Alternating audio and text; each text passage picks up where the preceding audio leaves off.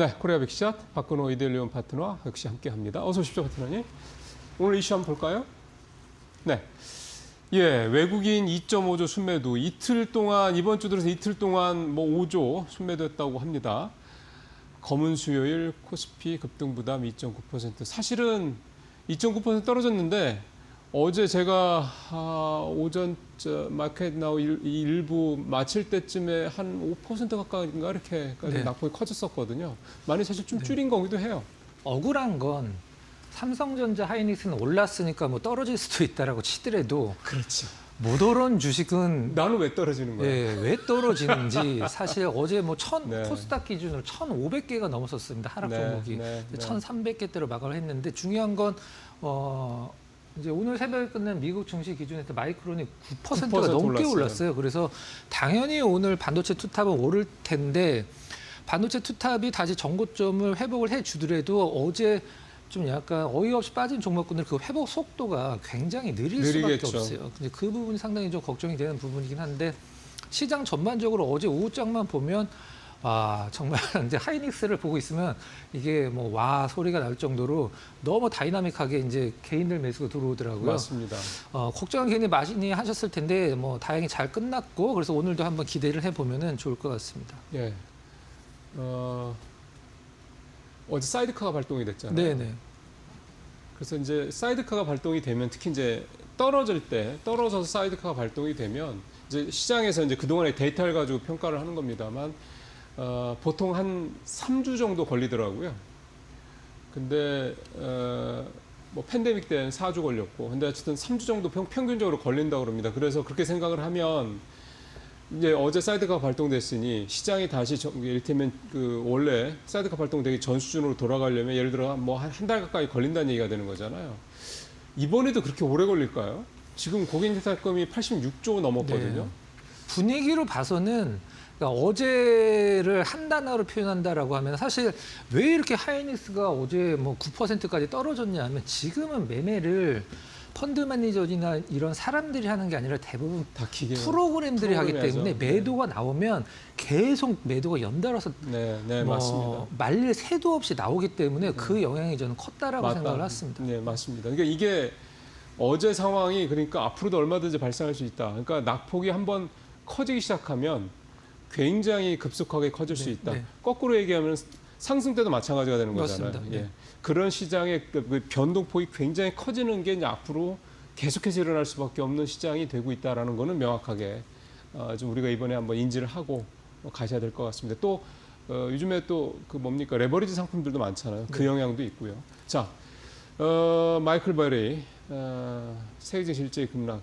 이게 사실 이번에 9월달에 이 얘기를 했다고 그랬는데 이번에 영향을 미친 거는 종목을 두 개를 콕 집었기 때문에 좀 약간 기사가 좀 많이 됐는데 엔비디아랑 팔란티어를 콕 집어서 이제 뭐 아랫방향을 보겠다 얘기를 했는데 우리가 보통 가수 얘기할 때 원히트 원더 가수라는 얘기가 있잖아요.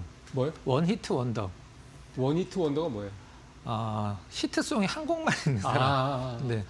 평생 그걸로 먹고 사는 사람들 몇 분 계시죠? 우리 분 계시죠? 몇 분 계신데 빅쇼트 주인공 마이클 베리가 사실 원히트 원더예요. 2008년도에 이제 시장 하방 예측하면서 뭐 엄청난 부를 쌓긴 했습니다만은 2001년도 초에 테슬라를 공매도를 엄청나게 해서 테슬라가 올라가니까 이제 나는 테슬라 공매도 한 거를 뭐 청산하겠다 뭐 그런 뉘앙스의 기사가 나왔거든요. 근데 한 두 달만 더 기다렸으면 테슬라가 거기서 급락을 했습니다.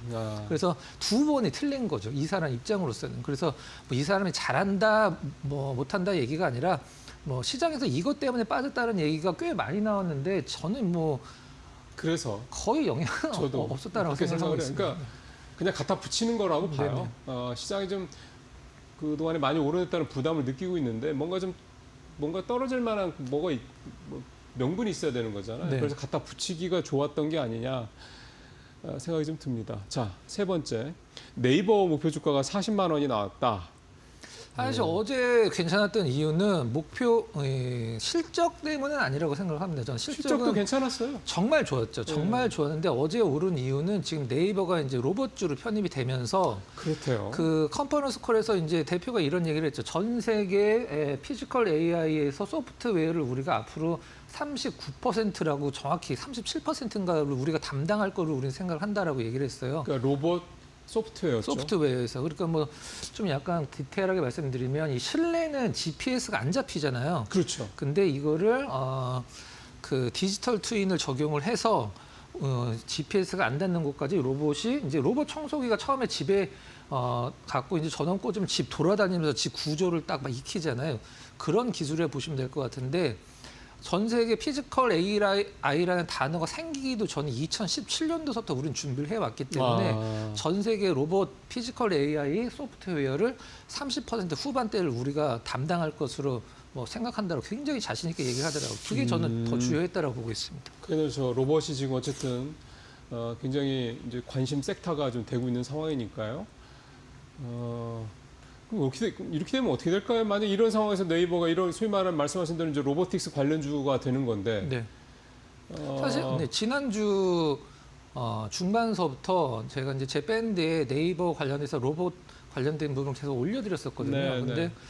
아무튼 네이버가 로봇 같고 이제 네이버 혼자 로봇으로 올라가기 힘들고 로봇들이 올라갈 때 네이버가 거기에서 좀 더 퍼포먼스가 나올 수 있는 부분이 지금 준비가 됐다라고 보시면 될 것 같습니다. 저는 그래서 이 생각이 드는 게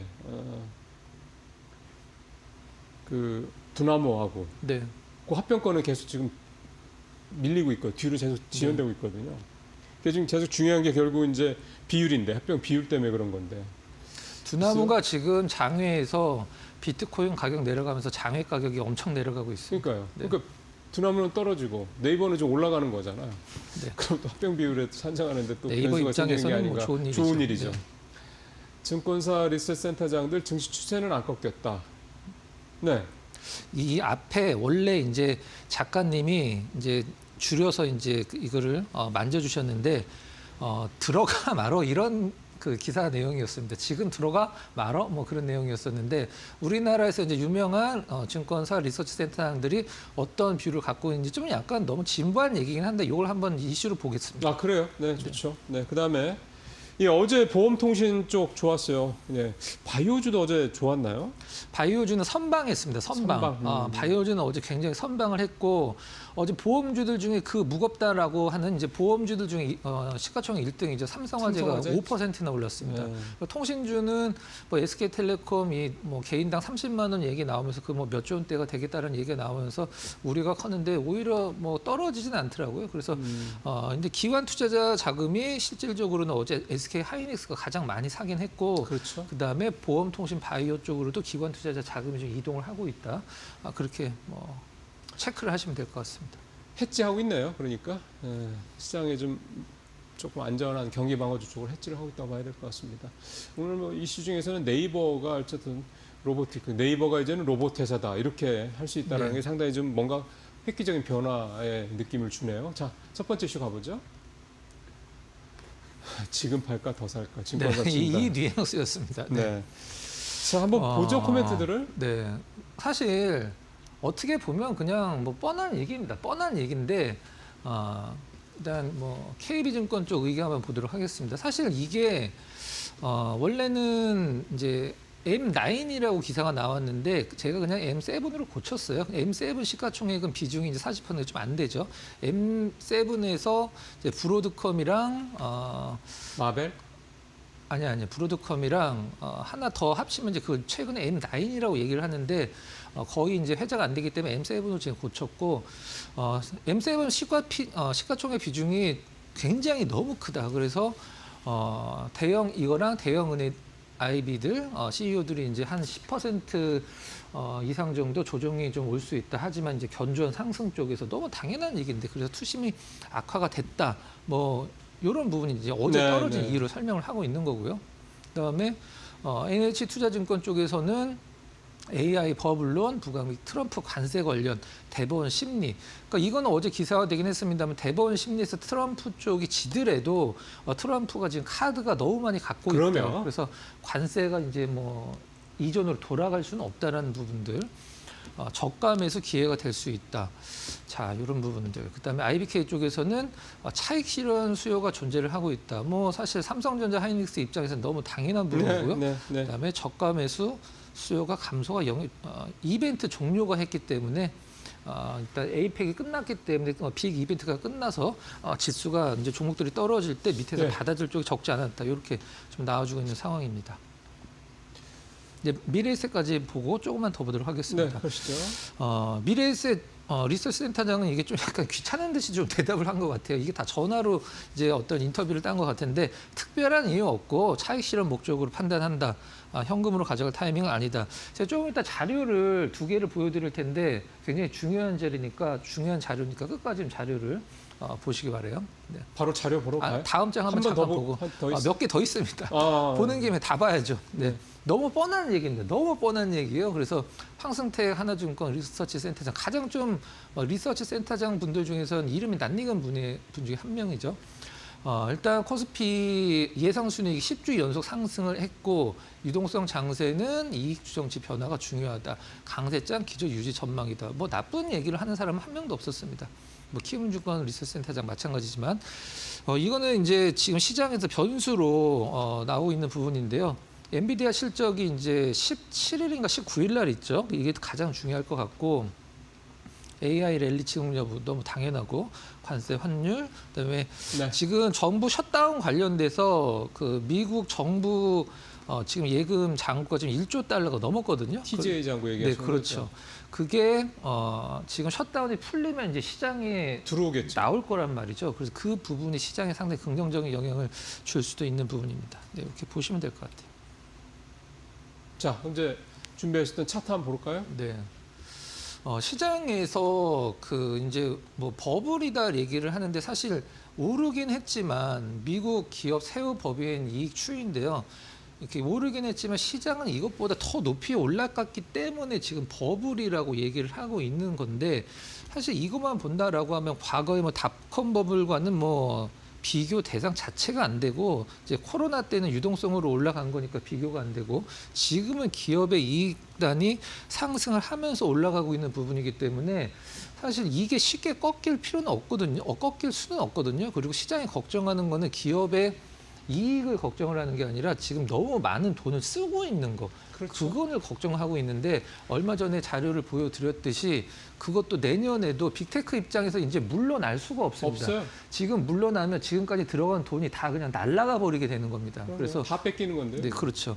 그건 걱정 안 하셔도 되고 시장 계속 상방 나온다라고 보시면 될 것 같고. 그러니까 지금 미국의 기업 세후법인 이익 추이 이거를 보여주시는 이유가 지금의 AI 거품론, AI의 수익성 문제 등등등의 이런 논란들이 있는 게 사실은 이사님 보시기에는 가장 큰 우려 사항이라고 보시는 건데 네. 얘네들은 지금의 이 주가 상승은 이익을 동반한 주가 상승이다. 그러니까 거품이 아니다. 이 말씀이신 거잖아요. 중요한 건 사실 이것보다 중요한 건 시장의 유동성이잖아요. 네. 시장의 유동성을 다음 장 한번 잠깐 보면서 보도록 하겠습니다. 그러니까 기업의 이익은 계속 올라가고 그렇죠. 있다라는 네. 거. 그다음에 또 하나가 시장에 돈이 계속 들어오느냐 여부 두 가지. 지금 미국 이제 연준 영내포 잔고 거의 0원에 수령하고 있는 상황인데 레포랑 영내포를 정말 알기 쉽게 설명을 드리면 이건 영내포니까 영내포 기준으로 말씀을 드릴게요. 레포는 시장의 유동성을 공급을 하는 겁니다. 그러니까 연준이 시중의 금융기관이나 MMF 쪽에 이제 유동성을 공급을 하는 거죠. 근데 영내포는 반대로 금융기관이나 MMF 쪽 자금이 연준 쪽으로 돈이 들어오는 게 이제 바로 영내포라고 보시면 될 것 같은데. 시중 유동성을 흡수한다는 얘기예요. 긴축이라는 얘기죠. 그렇죠, 맞습니다. 지금 여기 이제 2022년도에 이 영내포 잔고가 굉장히 크게 증가를 21년도서부터 증가를 하고 있는데. 팬데믹 때죠. 그렇죠. 이때 22년도에 시중 자금을 유동성을 줄이면서 시장이 1년 동안 떨어졌어요. 네. 그러고 나서 이제 시중 유동성을 이렇게 풀고 있는데 이걸 두 가지로 분석을 할 수 있습니다. 영내포 잔고는 연준이 가진 돈을 금융기관이나 MMF에다 푸는 걸 나타내는 건데 잔고가 없다라는 것은 앞으로 풀 돈이 없는 거 아니야? 라고 생각을 할 수도 있죠. 근데 제가 봤을 때는 이건 이제 사실 지금 금융기관들이 쌈짓돈이라고 생각을 하셔도 되는데 내가 급할 때 찾아다 쓸 수도 있죠. 근데 그 돈이 지금 말랐다라는 뜻인데 이걸 좀 한번 반대로 생각을 해보면 기본적으로 1차원적인 부분은 시장의 유동성이 충분히 지금 풀려 있다라고 볼 수도 있죠. 1차원적으로는. 그렇죠. 근데 두 번째로 이 영내포 잔고가 왜 이렇게 안 늘어나고 계속 줄어들고 있냐 하면 우리가 보통 지금 미국 이제 재무부에서 발행하고 있는 T빌이라고 하는 그 채권, 국채죠. 미국 초단기 국채, 채권들, 뭐 예. 몇 개월짜리들 이제 그러니까 1년 미만짜리 단기 그렇죠. 채권들. 단기 채권은 빌이라고 하고 1년서부터 10년은 이제 노트라고 그러고. 10년 넘으면 이제 본드라고 이제 표현을 그러죠. 하거든요.